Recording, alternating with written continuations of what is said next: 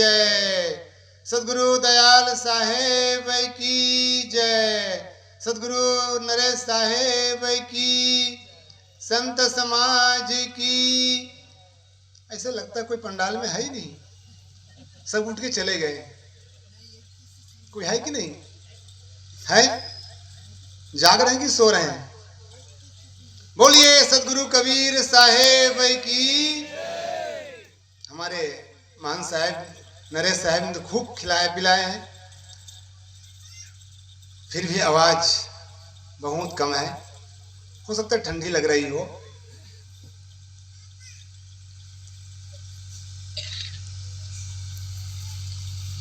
मेरे मन मंदिर में विराजमान सदगुरुदेव जी, विश्ववंदनीय सदगुरु कबीर साहेब, गादीपति परम पूज्य श्री साहेब जी, निर्क्षीर विवेकी मंचासीन संतजन, सत्संग प्रेमी बंधुओं, भक्तिमती माताओं बहनों,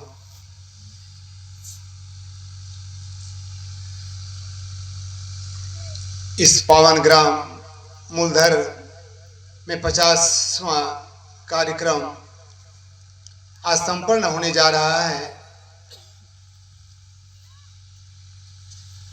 जिनके अधिष्ठाता परम पूज्य सदगुरु दयाल साहेब जी, उनकी दया दृष्टि से यह आज सभा फल फूल रहा है। शून्य से लेकर आज सैकड़ों नहीं हजारों लाखों की संख्या कही जाए तब भी कम है। जब मैं 1998 में जब मैं इस आश्रम में आया था, उसमें बहुत छोटी सी एक झोपड़ी थी, छोटी सी, लेकिन आज उस थोड़े दिनों में कितना बड़ा विकास कर चुका है। इस विकास का हाथ आप सबका है, गुरु संतों का है। और आज यह कार्यक्रम बड़े सुंदर ढंग से, सुचारू रूप से आप सबके प्रेम सहयोग, तन से, मन से, धन से आप सब दे रहे हैं, समर्पित हैं। बड़ा इस गांव की बलिहारी है। आप सबकी ये बड़ा जिज्ञासा है, उत्साह है, ऐसे प्रेम सद्भावना बनी रहे। मैं भी आप सबके समक्ष में कुछ देर कहने का निवेदन करता हूं।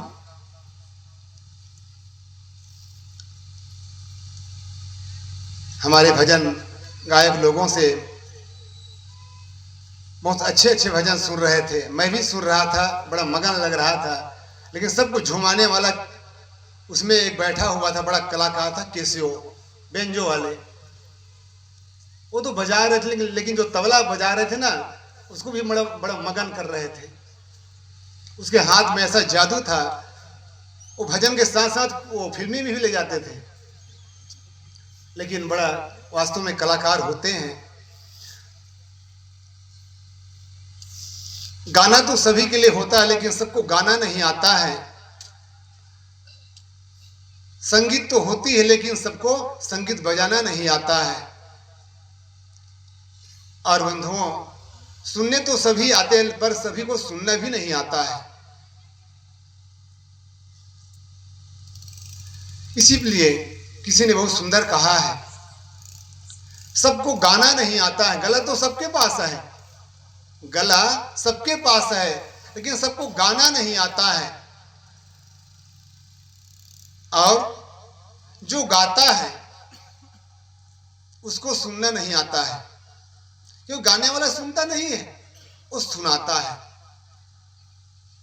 लेकिन जो सुनने वाला जब एकाग्र मन से सुनता है, तो सचमुच में हमारा जीवन भजनमय हो जाता है। और हम सब भजन करने के लिए आए हैं, बाहर का भजन नहीं, अंदर का भजन। यदि हमारे जीवन में अंदर का भजन हो जाए तो हमारा जीवन कुछ और हो जाएगा। दानव मानव थई जाए संतो ना संग में, पापी पावण थई जाए संतो ना संग में। कहने वाला कितना गजब कहा है, दानव मानव થઈ जाए। आज हमारे इतिहास में देखा जाता है, अंगुलीमाल, रत्नाकर डाकू और कितने भी छोटे बड़े बिगड़े हुए लोग भी संतों की संगत से सुधर गए। जो संत ने काम किया वो भगवान ने काम नहीं किया है, याद रखिएगा। जो संतों ने काम किया है वो काम भगवान से नहीं हो पाया है। आप राम को ले लीजिए, राम ने रावण को मार दिया, सुधार नहीं पाया। कृष्ण ने कंस को मार दिया, जरासंध को मार दिया, लेकिन बदल नहीं पाया। लेकिन भगवान बुद्ध अंगुलीमाल को सुधार दिया, मारा नहीं उन्होंने, सुधार दिया। सप्तऋषि रत्नाकर को सुधार दिया। ऐसे कितने संत, कितने बिगड़े हुए दिमागों को सुधार दिया, मारा नहीं, क्योंकि मारने से सुधरता नहीं है। यदि आपका बच्चा कुछ गलत कर दिया और आपको उसको 2 थप्पड़ लगा दिया, क्या बच्चा सुधर जाएगा? सुधरेगा नहीं, बल्कि बिगड़ जाएगा। कहानी याद आ गई। ऐसे एक संत, शायद इसी मूलधर में संत रहते थे, बहुत सुंदर संत थे, त्याग मूर्ति थे। लेकिन कहा जाता है जो सीधे होते हैं ना, उसको लोग सताते भी हैं, बुरा भी समझते हैं। तो एक शराबी आदमी था, वो आया और संत को खूब गाली देने लगा। कानू भाई से रहा नहीं गया। कानू भाई ने कहा, गुरुजी आपको फलाना आदमी बहुत गाली दे रहा है। गुरुजी ने कहा, बेटा क्या करोगे, सबका मन है, सबका दिल दिमाग है, सब उनका विचार है, गाली दे रहा है, देने दीजिए। कानू भाई ने कहा, गुरुजी आप कहे तो उसको मैं ठीक कर दूं। अच्छा तुम ठीक कर सकते हो? बिल्कुल ठीक कर सकता हूं। कैसे करोगे? 2 डंडा लगाओ मसाले को। बेटा 2 डंडा से किसी को मारने से ठीक नहीं होगा, मारने से ठीक नहीं होगा, क्योंकि उसका दिमाग तो ऐसे ही बिगड़ा हुआ है। यदि 2 डंडा मार दोगे तो और उसका दिमाग बिगड़ जाएगा। तुम 2 डंडा मारोगे, वो 4 डंडा मारेगा। मारने से सुधरता नहीं आदमी, प्रेम से सुधरता है, समझाने से सुधरता है। हमारे संतजन समझा रहे, किसी को मार नहीं रहे, प्रेम की भाषा से, मीठी भाषा से, हितैषी भाषा से समझा रहे हैं। आज हम सबको समझने की जरूरत है। ये सत्संग हमें समझाता है, इसलिए तो सत्संग कहा जाता है। सत्संग का मतलब क्या है? सत्य की चर्चा, वही सत्संग है। सत्य का संग, वही सत्संग है। और सत्संग वह है जो हमारे जीवन को बदल दे। सत्संग का मतलब नहीं हो बंधुओं केवल मनोरंजन हो, केवल वाहवाही हो। सत्संग वो नहीं कहलाता है। यह नदी का किनारा कितना पवित्र जगह है, जहां पर संतों की वाणी की वर्षा हो रही हो, जहां पर संतों का आगमन हो रहा हो और जहां पर भगवान के भक्तों का पदार्पण हो रहा हो, उस जगह को पवित्र माना जाता है। आज इस नदी के किनारे ज्ञान की चर्चा हो रही है। तपस्वी जन, मुनिजन, संत जन पधारे हुए हैं। संतों की जहां संगत हो, संतों की जहां संगत हो, चारों धाम उसे ही कहते हैं। संतों के जहां दर्शन हो, सतलोक उसे ही कहते हैं। जिससे हमारा कुंठा मिटे, बैकुंठ उसे ही कहते हैं। और जिसका मन निर्मल हो जाए, भगवान उसे ही कहते हैं, भगवान उसे ही कहते हैं। कर विचार विकार पर हरि, कर विचार विकार पर हरि, तारण तारण सोई, कहीं कबीर भगवंत भजो नर, द्वितीया और न कोई। गुरुवर कबीर कहते हैं, गुरु नानक जी भी कहते हैं, जे प्राणी ममता तजे, जे प्राणी ममता तजे, तजे लोभ अभिमान, कह नानक सुन रे मना, सो मूर्ति भगवान। भगवान कौन है? चाहे वो साड़ी ब्लाउज में भी हो, चाहे वो फूल बने शर्ट में भी हो, और चाहे वो सफेद कपड़ा में भी हो, चाहे वो दाढ़ी वाला हो, चाहे वो टकला हो, महत्व इसका नहीं बंधुओं। जिसका मन निर्मल हो गया, ए मन तो निर्मल भया, ए मन तो निर्मल भया, जैसे गंगा नीर, पाछे पाछे हरि फिरे, कहत कबीर कबीर। राग द्वेतम हृदयम वास्तुता निष्ठा भी हिंसा रहित काया, एतत् ईश्वर पूजनम। ये ईश्वर की पूजा है। अब ईश्वर कौन है? जिसका मन निर्मल हो गया। हम सब क्यों आए यहाँ? निर्मल करने के लिए। किसी संत ने बहुत सुंदर कहा है, सत्संग में आओ तो कुछ छोड़ आओ, कुछ छोड़ जाओ और कुछ ले जाओ, कुछ छोड़ करके जाओ और कुछ ले करके जाओ। एक भाई बड़ा अच्छा भक्त था, भक्त ही कहना चाहिए। संत कह रहे थे कुछ छोड़ करके जाओ और कुछ ले करके जाओ, कुछ छोड़ करके जाओ कुछ ले करके जाओ। उन्होंने क्या किया? अपना पुराना चप्पल छोड़ दिया और किसी का नया चप्पल पहन के चला गया। घर में गया, बीबी ने पूछा, क्यों जी सत्संग में गए थे, क्या सुने, क्या किया? अरे संत ने कहा कुछ ले करके जाओ, कुछ छोड़ करके जाओ। मैंने अपना पुराना टूटा चप्पल छोड़ दिया और किसी का नया चप्पल पहन के आ गया। कुछ तो काम तो किया। बीबी ने कहा, वाह तुम अच्छे भगत हो, कम से कम गुरुजी का बात तो माने। हम लोग तो ऐसे नहीं कर रहे हैं ना। अपनी पुरानी आदत छोड़ो, पुरानी चप्पल मत छोड़ो बंधुओं, पुरानी आदत छोड़ो। आज तक हमारा दिमाग बिगड़ा हुआ है, इसलिए तो दुखी है, इसलिए हम अशांत हैं, इसलिए हम सुख और भगवान को बाहर खोज रहे हैं।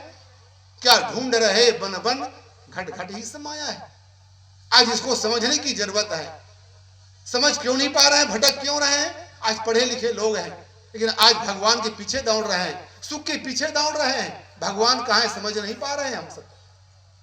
इसलिए सदगुरु संतों ने जो हमें बात बताई है, जीवन को समझो, जीवन क्यों मिला है।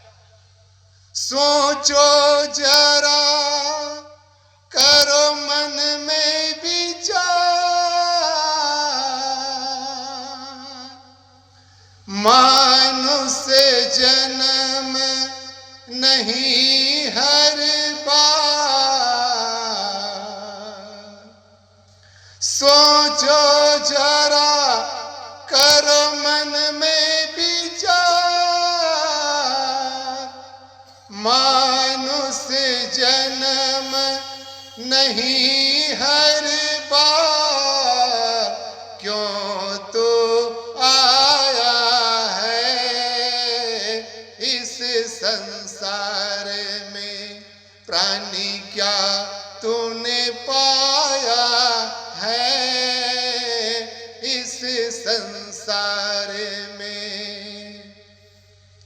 आज हमने क्या लेकर के आया है और क्या लेकर के जाना है, ये सब हम सबको पता है। जो दुनिया में हम मुट्ठी बांध के आए बंधुओं, और हाथ पसार करके जाना है।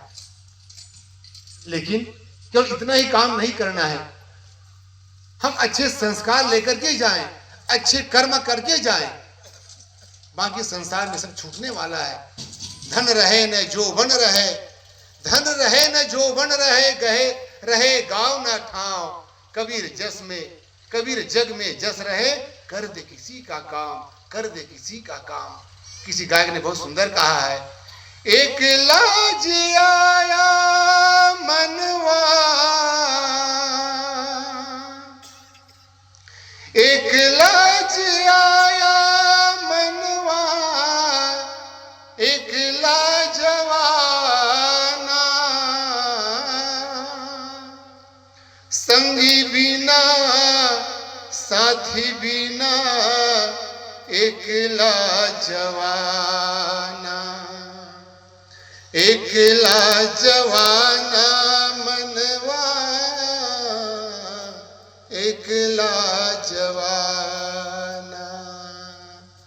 और इस संतों के वचन सुनने हैं। भजन लंबा है, आप सब गुजराती भजन है, आप सब जानते हैं। कहने का तात्पर्य यही बंधुओं, हम सबको दुनिया में अकेला आए हैं और अकेला भी जाना है।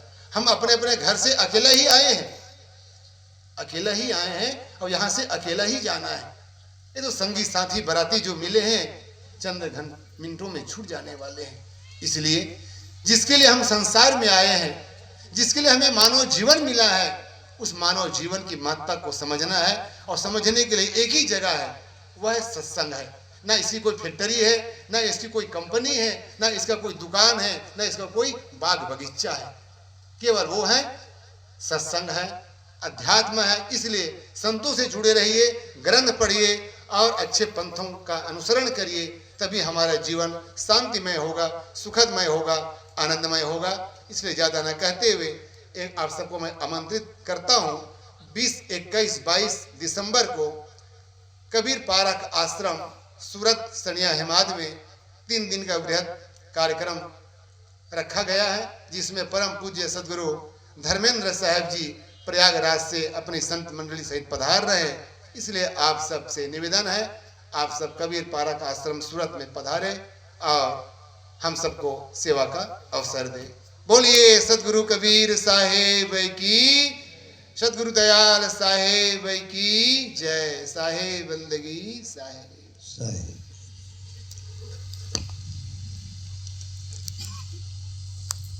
परम पूज्य मधुरम साहेब, सरस मजाना अपन ने